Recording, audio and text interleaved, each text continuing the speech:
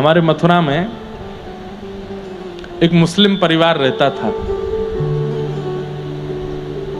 आज भी बहुत मुस्लिम परिवार रहते हैं। उन्हीं में एक परिवार में रहता था, उसका नाम था दादर रहमान। क्या नाम था? ऐसी अटपटी कहानी तो झूठ होती है, ऐसी अटपटी भक्त लीला मैंने सुनी ही नहीं जैसी दादर रहमान की। एक होता है बंधुओं कि आप प्रयास करते हो ठाकुर जी की प्राप्ति करने का, और एक होता है कि ठाकुर जी प्रयास करते हैं आपकी प्राप्ति का। ये दो प्रकार से ही भक्तों के चरित्र आपको सुनने को मिलेंगे। भक्त ने प्रयास किया भगवत प्राप्ति का, और दूसरे में ठाकुर जी ने प्रयास किया उस भक्त की प्राप्ति का। पर ठाकुर जी प्रयास बहुत कम करते हैं, नाम मात्र। 100 साल में एक बार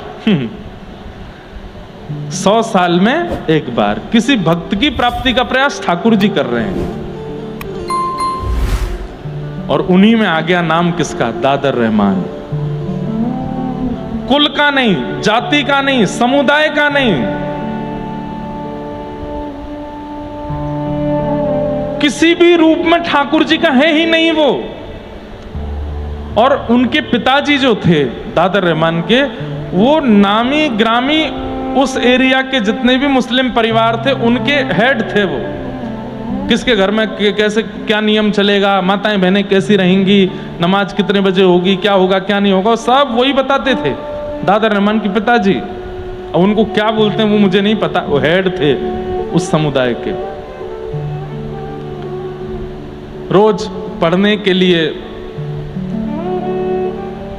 मदरसा जाता था। विश्राम घाट है मथुरा में, यमुना जी के तट पर, वहीं द्वारिकाधीश जी का मंदिर है। बहुत सुंदर द्वारिकाधीश जी का दर्शन होता है वहां। तो वहीं विश्राम घाट के पास में इनका घर था, और वहां से ये मदरसा पढ़ने के लिए जाते थे। रोज रास्ता कोई और होता था, लेकिन आज वहां बहुत भीड़ थी, तो इन्होंने कहा बहुत भीड़ है, मदरसा पहुंचने में देर हो जाएगी, और फिर पहुंचने पर जो हमारे गुरुजी हैं जो मदरसे में पढ़ाते हैं वो बहुत डांटेंगे। सब लोग इधर देखो। तो बहुत भीड़ होने की वजह से आज रास्ता बदल दिया। रास्ता बदल करके जब जाने लगे तो उसी रास्ते में एक सुंदर युगल सरकार का मंदिर था। और भगवत कृपा से पहले मंदिरों में ऐसा नियम होता था कि जैसे अगर मेन रोड पर मंदिर है, आज भी अगर कोई मंदिर ऐसे बनते हैं तो आप जाके वहां बोल सकते हो, जिद मत करना, बस बोल देना कि रोड से ठाकुर जी का दर्शन नहीं होना चाहिए, कि चलता फिरता आदमी चप्पल पहने कैसे भी ठाकुर जी को देख के निकल रहा, नहीं। इसलिए प्राचीन काल में मंदिर अगर जो रोड पे होते थे तो द्वार पर एक दीवार लगा देते थे, यहां से पुरुष प्रवेश करो, यहां से स्त्री, अंदर आके ही दर्शन होगा। नियमित रूप से हाथ धो के, पैर धो के, जूता चप्पल उतार के भीतर आओ, तब ठाकुर जी का दर्शन करो। अब रोड पे है, वहीं से ही लोग दर्शन करते जा रहे हैं, पान खाते हुए दर्शन करते हुए जा रहे हैं, वहीं से ही सब्जी मंडी से ही दर्शन करते, ऐसा नहीं। जिद मत करना कहीं कोई मंदिर ऐसा दिख जाए तो, पर निवेदन करना कि एक कोई ऐसी एक कुछ लगा दीजिए ना कि भीतर आके ही दर्शन करे। तो वो वहां एक दीवार थी और वो एक दिन पहले ही टूट गई थी। अब ये देखो, इस सारी योजना भगवान ने बनाई है। एक दिन पहले वो दीवार टूट गई जिससे रोड से लोगों को भीतर नहीं दिखता था, और दादर रहमान को आज उस रास्ते में बहुत भीड़ मिली जहां से वो रोज मदरसा जाता था, बदल करके आया। बहुत सीधा साधा बालक, 15 वर्ष की अवस्था थी, जा रहे थे, बस ऐसे देखते हुए चल रहे थे। नगर में नया रास्ता था, तो नया रोड था, तो कौन सी दुकान है क्या है। तभी एक झरोके में से भीतर देखा तो मुरली मनोहर लाल ऐसे त्रिभंग ललित श्याम सुंदर वंशी बजा रहे हैं, और श्री किशोरी जी कटाक्ष भर के उनको देख रहे हैं, और बस ये रूप माधुरी। 4 कदम आगे गए और रुक गए, और फिर वापस आए, फिर देखा, और देख करके बस देखते रह गए।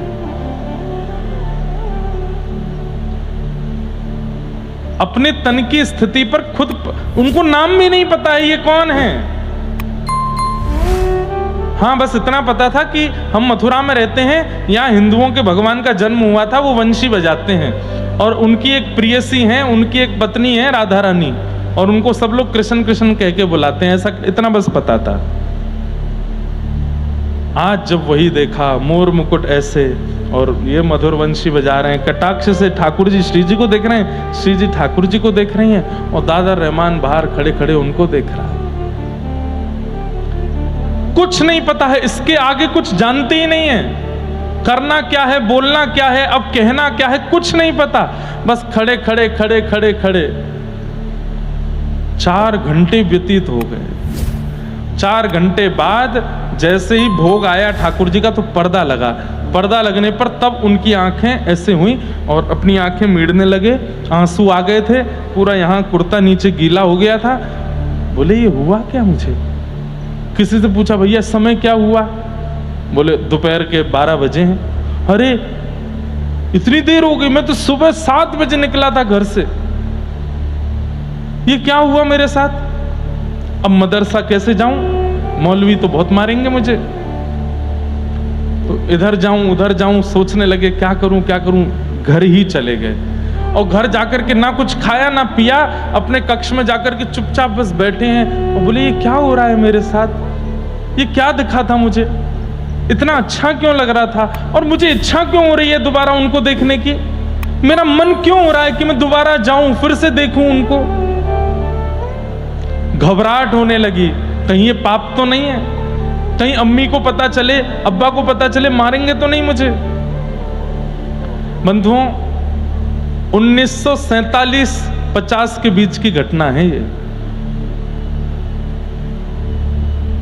कल्याण अंक आता है गीता प्रेस, उसमें ये अंक लिखा था। और वो दादर रहमान ना कुछ खाए ना पिए, बस पड़े पड़े रुदन कर रहे हैं। और जैसे ही अम्मी आती हैं या कोई घर का सदस्य आता तो उठ के बैठ जाते हैं। हाँ बोलो क्या हुआ, आज इतना शांत क्यों है? नहीं कुछ नहीं, थोड़ा ऐसी गर्मी लगी ना तो थोड़ा घबराहट हो रही है। नींबू पानी पिएगा? हाँ पी लूंगा। माँ पानी लाई, एक घूंट उनके सामने ऐसे पीते हैं, वो चली जाती है। इच्छा ही नहीं हो रही कुछ खाने की पीने की। जाहे लगन लगी घनश्याम की, बहुत सुंदर पद है। ठाकुर जी की लगन जिसको लग जाती है, बंधुओं यहां सुनने तो आप लोग आते हैं पर अगर भूल से भी अगर ठाकुर जी ने पकड़ लिए ना तो किसी काम के रह नहीं पाओगे फिर। इसलिए ठाकुर जी ने खुली छूट देख रखी है कि भाई तुम लोग भजन साधन करके मुझे पकड़ लो, मैं अगर पकड़ूंगा तो फिर रोना नहीं बाद में, क्योंकि फिर किसी काम के रह नहीं पाओगे। बहुत सुंदर पद है। दादर रहमान को पता नहीं चल रहा है कि क्या, और बात भी तो नहीं कर सकते किसी से, किससे जाके कहूं, किसको बताऊं अपनी मन की वेदना? जिससे कहूंगा वही मुझे मारेगा, ये क्या कर रहा है तू? लेकिन किया तो मैंने कुछ भी नहीं है, मैं तो बस जा रहा था, देख लिया, अब मैं कैसे रुक गया, कितनी देर देखने लगा, इसमें मेरा क्या दोष है? अपने आप से ही बातें कर रहे हैं। रात भर सोए नहीं, तभी समय हुआ सुबह का। पंक्षी पक्षी आदि सब बोलने लगे, सब नहाने धोने जाने लगे। आप भी बड़े उत्सुक होकर के तैयार हो गए और मन में सोचते हुए जा रहे हैं, नहीं दादर कुछ गड़बड़ हो जाएगा, वहां से नहीं जाना है, अपने वाले मार्ग से ही चलते हैं। और बस जा रहे हैं उस रास्ते से जहां रोज मदर से जिस रास्ते से जाते थे, पर जैसे ही उस रास्ते पर गए, आज भीड़ भी नहीं है, लेकिन रुक गए। नहीं, अपने आप को समझा रहे, मैं रुकूंगा नहीं, बिल्कुल नहीं रुकूंगा, वहां पे गलत है ना, अपराध है, पाप है, लेकिन एक बार देख लूंगा बस। शायद हो सकता है एक बार देखने से जो घबराहट हो रही है, बेचैनी हो रही है, वो नहीं होगी। मदरसा ही तो पहुंचना है, चल लौट के चलते हैं ना वहीं से। वही भाव उचित है।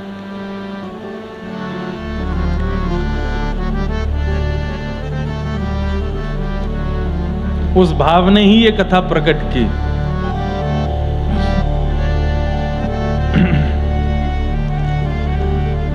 आप दोबारा लौट करके उस रास्ते से जा रहे हैं और बस देखते जा रहे हैं कहां है वो मंदिर, कहां है। तभी वो द्वार दिख गया।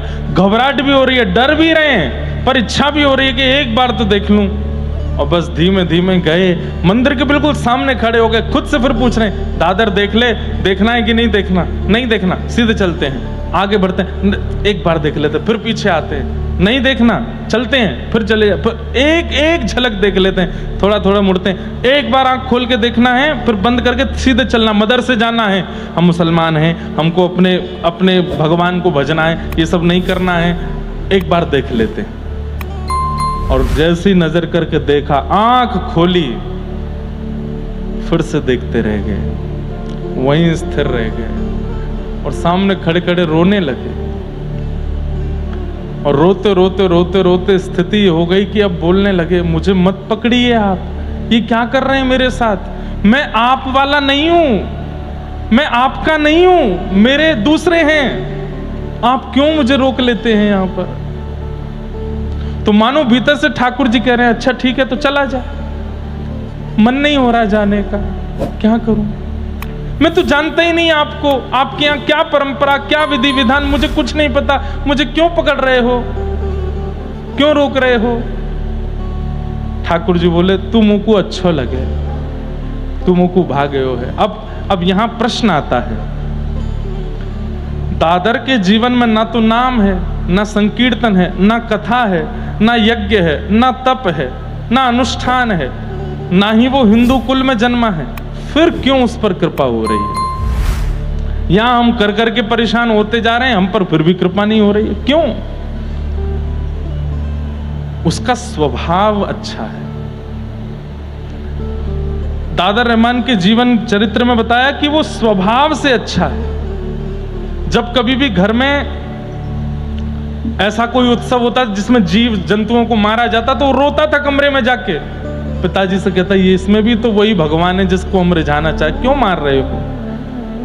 ऐसे स्वभाव में कभी किसी को दीनहीन देखता था तो अपने अब्बा जान के पास जाके, इसको कुछ दे दो ना, अम्मी इसके लिए रोटी बना दो ना। उसका स्वभाव बहुत मधुर था, बहुत बहुत। जैसे भोंदू की कथा सुनी है आप सब लोगों ने, वो भोंदू ही था, सरल ही है। क्या समझ में आई बात? कई बार साधन भगवत प्राप्ति नहीं कराता, स्वभाव भगवत प्राप्ति कराता है। अधिकतर देखा जाता है हम भक्त साधन से तो हो जाते हैं पर स्वभाव से नहीं बन पाते। कथा में आने वाले लोगों में भी प्रतिस्पर्धा होती है, कथा में आने वाले लोगों में भी दुनिया भर के दोष भरे पड़े रहते हैं। सरल चित्त, सीधा चित्त जिनका होता है ना, उनको ठाकुर जी मिलते हैं। और मैं तो ऐसा भी मानता हूं, जैसे किसी का आपको स्वभाव लगा बहुत सीधा है, बहुत सरल है, बिल्कुल सामान्य है, ये अंतिम जन्म है उसका।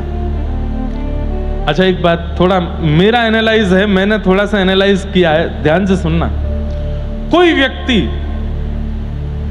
जिसका स्वभाव बड़ा चंट है, बहुत चतुर है, बहुत जल्दी जल्दी और जो है जरा सी देर में परिस्थिति को परख लेता है, जरा सी देर में कैसे यहां से पैसे निकालने हैं, कैसे यहां ये करना है, ये बहुत जल्दी जल्दी मतलब बहुत चतुर है। समझो ये उसका पहला जन्म है, पहली बार आई है उसकी जीवात्मा, तो अपने सारे पैतरने लगा रही है दुनिया में, इसको कैसे अपनाना है, इसको कैसे पकड़ना है, इससे कैसे पैसे निकालने हैं, यहां से कैसे निकल के भागना है, इससे कैसे करना है, ये सब कुछ।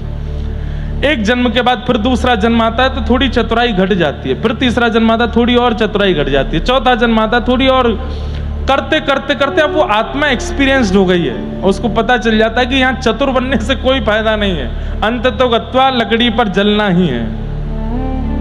चतुर बनने से, इसका हक मारने से, ये करने से, वो करने, कुछ नहीं होने जाने वाला। तो वो आत्मा क्या करती है, अपनी बुद्धि को विश्राम देती है, बोले तू शांत रह, थोड़ा सरलता से। कोई गलत कर भी रहा है, किसी के द्वारा अपराध हो भी रहा है, तो वो उसको देख करके शांति हो जाती, कोई बात नहीं भाई, तुम भोगोगे, तुम जो कर रहे हो, हमें कोई इससे चिंता नहीं। सरल चित्त जिनका हो जाता है, सहज स्वभाव जिनका हो जाता है, मेरे मायने में ये उनका अंतिम जन्म है। बस वो साधन और ले आए, भजन और ले आए, बस निकल जाएंगे, अब फिर नहीं आएंगे दुनिया में। रहमान, दादर रहमान का स्वभाव बहुत अच्छा था, इसलिए ठाकुर जी को भा गया। ठाकुर जी के आगे रो रहा है, मैं आपके वाला नहीं हूं, आपको जो लोग भजते हैं वो मैं नहीं हूं, आप गलत आदमी के पकड़ रहे हो। ठाकुर जी बोले पूरा विश्व मेरा है, मैं जगन्नाथ हूं, ये जग का स्वामी हूं मैं। दूसरे दिन भी यही हुआ, लौट के घर आ गया, फिर कुछ खावे नहीं पीवे नहीं, कभी हाथ कांपे, कभी पैर कांपे, और कभी आकाश की ओर देखे, माँ आ जाए तो अपने आप को संभालने का प्रयास करे, आंखों के आंसू पहुंचे, पर माँ समझ जाती है, क्या बात है, कोई बात है? नहीं माँ, कोई बात नहीं।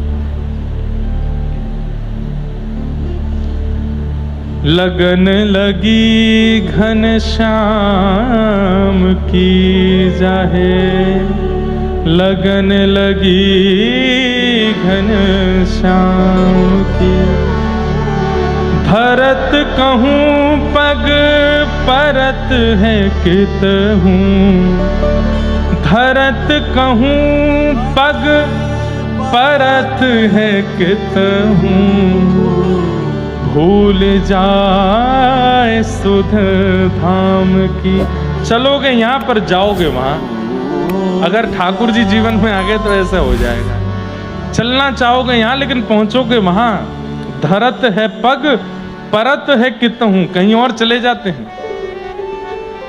छवि निहार नहीं सार कछु, छवि निहार नहीं सार कछु, धरि पलन सदिन जाम की, धरि पलन सदिन जाम। अभी आप दर्शन करते हैं तो कहीं ना कहीं ये बात सब लोग अनुभव करते हैं, अभी आप ठाकुर जी का दर्शन करते हैं तो आपको ऐसा लगता है आपके पाप घट रहे हैं, आपके पुण्य बढ़ रहे हैं, और देख लूं और देख लूं और देख लूं, थोड़ा और देख लूं, इनको मेरे दुख दर्द समझ में आ जाएंगे।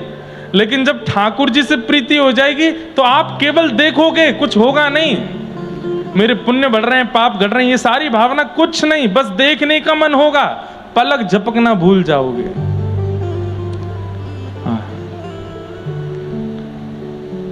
जित मुँह तित ही धावे, जित मुँह तित ही धावे, सूरत न छाया धाम की, सूरत न छाया धाम की। स्तुति निंदा करो भले ही, स्तुति निंदा करो भले ही, मेण तजी कुल ग्राम की, मेण जी। फिर तुम्हारी कोई स्तुति करे, कोई निंदा करे, कोई अपवाद करे, कोई भलाई करे, कोई बुराई करे, अरे करते रहो, मुझे इससे मतलब ही नहीं है। नारायण बौरी भई डोले, नारायण बौरी भई डोले, नारायण बौरी भई डोले, नारायण बौरी भई डोले। बौरी मतलब बावड़ी, रही न काहू काम की, रही न काहू काम की, लगन लगी घनश्याम की जाहे, लगन लगी घनश्याम की।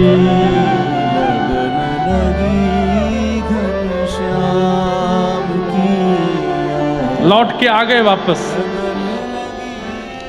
अगले दिन जैसे तैसे अपने आप को संभाल करके और उस मंदिर के रास्ते पर ना जा करके पहुंच गए, कहां? मदरसा। तो इनके गुरुजी उन्होंने कहा, ये रहमान 2 दिन से क्यों नहीं आया था तू, क्या बात है? वो गुरुजी बुखार आ गया था मुझको इसलिए नहीं आया। अच्छा, मैं तो आज तेरे घर आने वाला था पूछने के लिए, सब ठीक है ना, और तो कोई बात नहीं है? तो मन में जब व्यक्ति को उत्तर नहीं मिलते ना किसी से भी, उसको लगता है सबको मेरे प्रश्न का उत्तर पता, वो सबसे पूछता है। फिर जब व्यक्ति को अपने प्रश्न का उत्तर समझ नहीं आता, उसको लगता है सबको मेरे प्रश्न का उत्तर पता होगा। धीमे से जाके कहा, गुरुजी एक बात पूछूं? हाँ। आप नाराज तो नहीं होंगे? बोले नहीं।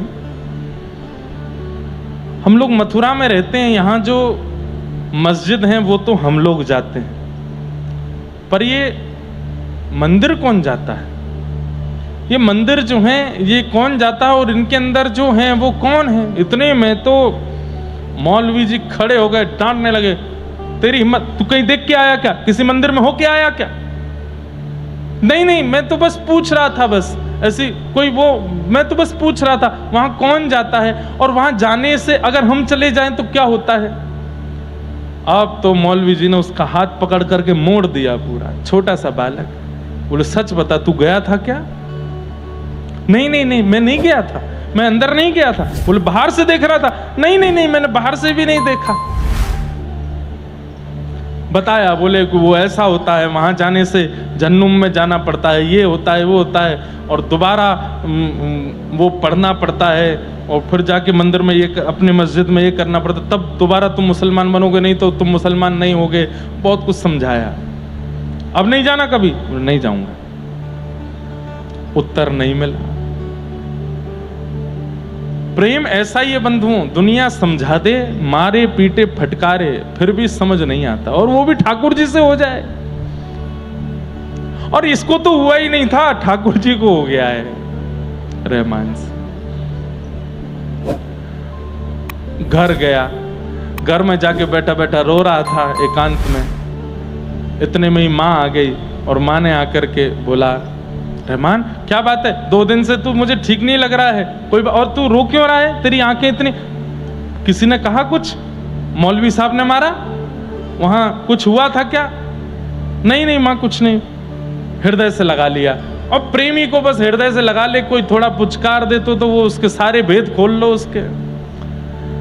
रोने लगा, हिचकियां ले ले करके बोला, माँ, अम्मी। बोला हाँ।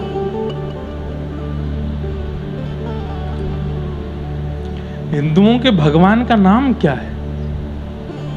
उसको बोलते क्या है? इतने में तो मां ने भी देखा, ये तू क्यों पूछ रहा है? क्यों पूछ रहा है? क्या बात है? नहीं मां, कोई बात नहीं, बस ऐसे पूछ रहा था। क्या बात है, सही से बता। वहां तो मां भी नाराज हो गया। मतलब वो, ये प्रश्न ऐसा था कि वो जिससे पूछता है वही नाराज हो जाता है। रुक जा, तेरे पिताजी आने दे, उनको बताऊंगी, उनसे पूछना।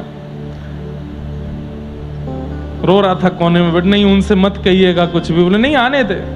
शाम को जब पिता आए, उन्हें बताया, लाला बैठ जाओ, जहां जगह मिले वहीं बैठ जाओ, बैठ जाओ। शाम को, अब वो तो दादर रहमान के पिताजी तो पूरे मुखिया थे, तो कट्टर अपने समुदाय के हेड थे। उनको जब माँ ने बताया, बोले कि रहमान आज ऐसा ऐसा पूछ रहा था, उन्होंने तो कुछ पूछा ना, बस सीधे गए और सीधे जाके बोले, तूने ऐसा प्रश्न क्यों किया? बोले पिताजी बस ऐसी जानकारी के लिए। बोले जानकारी? उन्होंने 5 प्रश्न अपने समुदाय के पूछे, इसके बारे में बता, इसके बारे में बता, ये बता दे मुझे, वहां क्या लिखा है वो बता दे। वो नहीं बता। बोले अपने समुदाय का कुछ नहीं पता है तुझे, और उनके यहां का ये पूछ रहा है तू? हाथ बांधे, पैर बांधे, और लोहे की रोड से इतना मारा, इतना मारा, इतना मारा कि जीवन में कभी नाम भी मत लेना वहां का। मां ने आकर के रोका। बोले कि हम मथुरा में रहते हैं, ये उनके भगवान की जन्म स्थली है, हो सकता है कोई बाहर, इतने बालक रहते हैं, कोई हिंदू मित्र बन गया होगा, उसने सिखा दिया होगा। बोले बिल्कुल नहीं, लेना ही नहीं है नाम। आज के बाद यदि नाम लिया, आज तो केवल मारा है, अगली बार पता चला तो तेरे को जमुना जी में फेंक के आ जाऊंगा। और इनके एक चाचा का बेटा था, उसका नाम था कासिम। उसको बुला करके कहा कि कल से रहमान के साथ तू जाएगा और पूरी खबर रखना, किससे मिलता है, कहाँ जाता है, किसको देखता है, कहीं ऐसा ना हो कि कोई हिंदू फकीर इसको ले जा करके और साधु महात्मा बना दे, और कुछ भी हुआ तो तेरी खैर नहीं। उसने कहा जी चाचा जी मैं जाऊंगा कल से। कासिम जाने लगा साथ में। 2-4-10 दिन तो ठीक रहे, लेकिन 10 दिन बाद ये कासिम को कुछ खाने के लिए अच्छा लगता था बाजार में, तो बोलते ए कासिम तुझे वो अच्छा लगता है ना? बोले हाँ। खाएगा? बोले हाँ। खिलाऊं? बोले खिला दो ना। बदले में मुझे क्या देगा? बोले जो तुम कहो। बोले पक्का? बोले पक्का। कुछ नहीं चाहिए, बस एक रास्ते से हम लोग चलेंगे। हाँ तेरे को मैं दिलाता हूं। उसको वो चटपटा जो भी सामान था वो दिला। उसको क्या पता था कि उस रास्ते में क्या है, वो जा रहा है साथ में लेकर के। और सुन यहीं रुक जा, तू खाता रहे, मैं बस थोड़ी देर। बोले आप क्या करोगे खड़े होके? बोले कुछ नहीं, बस मैं खड़ा हूं, तू खा ले फिर चलेंगे। और वो खा रहा है और वो देख रहा है सामने, आंखों से विरल अश्रुधार गिर रही है और बस ऐसे ही देख रहे हैं। बोले मुझे बीच में क्यों छोड़ दिया है? ना मैं वहां का हूं ना मैं यहाँ का हूं, एक तरफ लीजिए या तो वहीं छोड़ दीजिए या अपने पास बुला लीजिए, ये बीच में क्यों अटका दिया? अब कासिम खाते खाते देखे ये भाईजान रो क्यों रहे हैं, ये देख कहाँ रहे हैं? और जैसे ही देखा तो मंदिर में ठाकुर जी और प्रिया जी। उसने वो सामग्री फेंकी, हाथ पकड़ा, भाईजान क्या कर रहे हो आप? चाचा जान को पता चलेगा क्या करेंगे? देख तू घर पे नहीं बताना, मैं तेरे को रोज ये चीज खिलाऊंगा, उससे भी बढ़िया वाला खिलाऊंगा, तू घर पे नहीं बताना, मुझे देखने दे। किसी ने देख लिया तो बहुत दिक्कत हो जाएगी। सबको पता है आप किसके बेटे हो, कोई जाके बता देगा घर पर, आपको तो जो होगा सो होगा, मुझे भी मारेंगे वो, तेरे को कुछ नहीं होगा, तू अपना खाना प्रेम से, मुझे थोड़ी देर और देखने दे। अब रोज कासिम को कुछ खिलाने का लोभ देते हैं और कासिम उनको मिलवाने ले जाता है ठाकुर जी से। एक दुकान की आड़ में खड़े होकर देखते रहते हैं, कभी रोते रहते हैं, कभी बिलखते रहते हैं, कभी हृदय पर हाथ रख के बैठे रहते हैं। एक दिन उनके पिता दादर रहमान के वो उसी रास्ते से निकल रहे थे और तभी क्या देखते हैं कि कासिम तो कुछ खा रहा है और दादर भयंकर भावावेश में नेत्रों से अविरल अश्रुधार गिर रही है और नेत्र लाल पड़े और प्रिया प्रियतम का मधुर दर्शन करते हुए बिलक बिलक के रो रहा है। और इन्होंने जैसे ही ये दृश्य देखा, दादर को नहीं बोला, कासिम, उसने जैसे देखा तुरंत अपनी सामग्री फेंकी, दादर का हाथ, चलो मेरे साथ, चाचा जान ने देख लिया। दोनों घर पहुंचे। थोड़ी देर बाद इनके पिता आए और घर का दरवाजा लगा करके लोहे की रॉड से पैर बांधा, तो लोहे की जंजीर से पैर बांधे, हाथ बांधे, मुख में कपड़ा डाल करके मुंह बांधा, इतना मारा, इतना मारा, इतना मारा कि पूरी शरीर की चमड़ी उधेड़ दी। मां चिल्ला रही है कमरे में बंद होकर के, लेकिन नहीं। और कासिम बस रो रहे हैं। पूछते हैं क्यों जाता है? बोले मुझे नहीं पता पिताजी, मेरा कोई दोष नहीं है, मैं कैसे वहां जा रहा हूं, मैं बहुत रोकता हूं अपने आप को, मैं बार बार मना करता हूं अपने आप से, नहीं जाना वहां पर, नहीं जाना, पर पता नहीं क्यों मुझे ऐसा लगता है कि मैं आपका पुत्र नहीं हूं। आप लोग सत्य बताइए, मैं आपके घर में ही जन्मा था क्या? आप मुझे कहीं किसी हिंदू के घर से तो नहीं ले आए थे? मेरे मन बुद्धि में क्यों बार बार वहीं जाने की इच्छा होती है? अरे अब तू हम पर प्रश्न उठा रहा है कि तू हमारा बेटा है कि नहीं, और मारा। और पत्नी को बोल दिया अब ये इसी कोठरी में रहेगा, पैर जंजीरों से बांध दिए, हाथ बांध दिए, मुख बांध दिया, ना इसको रोटी मिलेगा ना इसको जल मिलेगा, कोई इससे बात नहीं करेगा जब तक ये अपने कान ना पकड़े और घुटने टेक करके मेरे साथ नमाज पढ़ने वहां जावे, फिर कुछ प्रक्रिया है उनको नहीं करेगा, तब तक इससे कोई बात नहीं करेगा। जब तक ये राजी नहीं होगा ये बैठा रहेगा यहीं पर। 10 दिन बिना कुछ खाए पिए बस बैठे एकांत में और बस उसी छवि का चिंतन कर रहे हैं।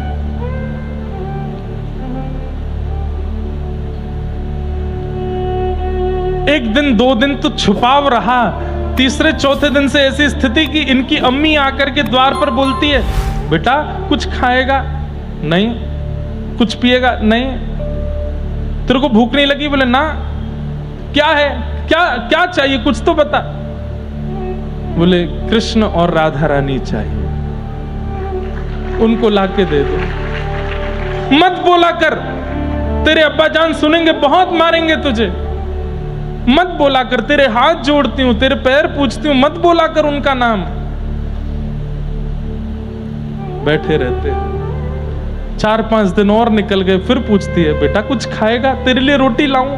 देख मैं नीचे से रोटी दे दी है, तू खा ले, थोड़े दाल चावल खा ले, कुछ पानी तो पी ले। केवल राधा कृष्ण चाहिए। अब तो उन्हीं की भूख है, उन्हीं की प्यास है, उनसे ही मिलना है मां, और कुछ नहीं। 10वां दिन हुआ, इतने विरह आतुर हो गए, प्रेम पुलकित होकर के रात भर रोते रहे ठाकुर जी के स्मरण में। और बंधुओं, 11वें दिन के प्रारंभ में जैसे ही पिता ने आकर के उस कोठरी में देखा, हथकड़ियां रखी हैं, बेड़ियां रखी हैं, ताला लगा है, लेकिन दादर रहमान वहां नहीं है। ये आश्चर्य था। चाबी मेरे पास रहती है, ताला किसी ने खोला नहीं है, हथकड़ियां खोली, हथकड़ियां बंद ही रखी हैं, मानो जैसे हथकड़ी बेड़ियों के बीच से कोई गायब हो गया हो। आपने तुरंत ताला खोल करके भीतर ढूंढा, कहीं नहीं मिले। हथकड़ी बेड़ियां उठा करके देखी, खोल, जोर जोर से खोल के देखा, खोल नहीं सकता कोई उनको। कहां गया हमारा पुत्र? वहीं पर एक पत्र लिखा था दादर रहमान ने। बोले मां, पिताजी, मैं जिनका हूं वो मुझे लेने आए हैं और मैं उनके साथ जा रहा हूं। आप मेरे लिए ज्यादा प्रयास मत करिएगा। मैंने आपको जो कष्ट दिया, जो परेशानी दी, उसके लिए मुझे क्षमा करना। और ऐसा कह करके वो पत्र छोड़ गए। मथुरा में ढूंढा, गलियों में ढूंढा, यमुना जी के तट पर ढूंढा, आगरा तक ढूंढा, लेकिन दादर रहमान नहीं मिले। केवल 11 दिन में भगवत प्राप्ति हो गई। मुस्लिम हकीमों के पास, बड़े बड़े झाड़ फूंक करने वालों के पास, भविष्य बताने वालों के पास गए। किसी ने कुछ बताया, किसी ने कुछ बताया, कोई भी प्रमाण नहीं दे पाया कि कहां है दादर। 8-9 महीने निकल गए, नहीं मिले। तब एक बंगाल के एक यात्री मथुरा आए थे। उन यात्रियों में एक बहुत बड़े ज्योतिषाचार्य थे।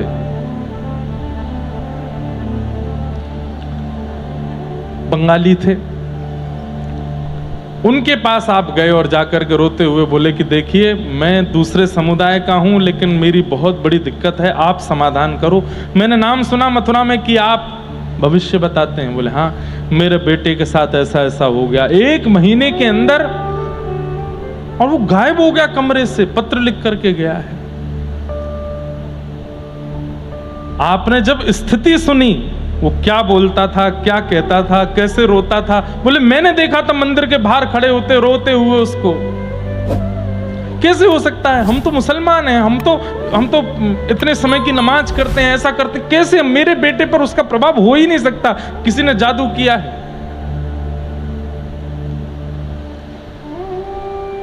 वो जो बंगाल के ज्योतिषी आए थे, संभवतः उनका नाम प्रमोद चट्टोपाध्याय।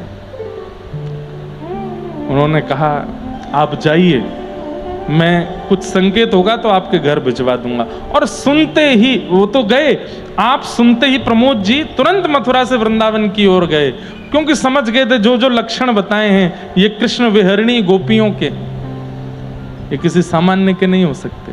और आपने वृंदावन में भ्रमण करते करते जब केसी घाट के पास जाकर के दूर देखा तो यमुना के पल्ली पार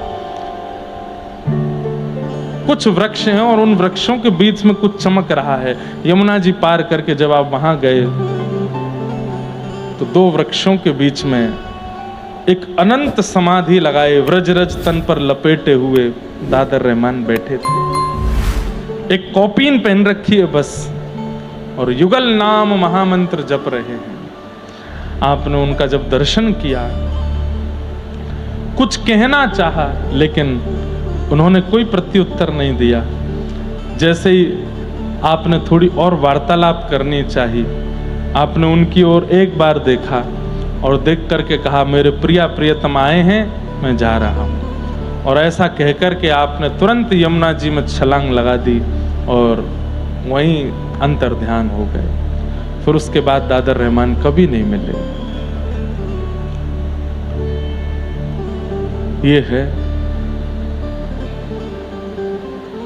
इसलिए भैया आप ठाकुर जी को पकड़ रहे हो, ठीक है, कहीं उन्होंने आपको पकड़ लिया तो फिर संसार के तो नहीं रह पाओगे। और यदि बहुत चाह हो कि वो पकड़ लें तो अपने स्वभाव को मधुर बना लो।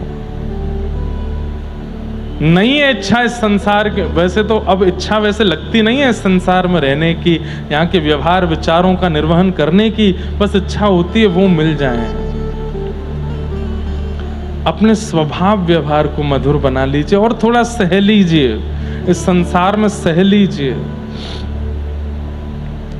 हमेशा के लिए दादर रहमान श्री प्रिया प्रियतम के मधुर सेवा में विलीन हो गए।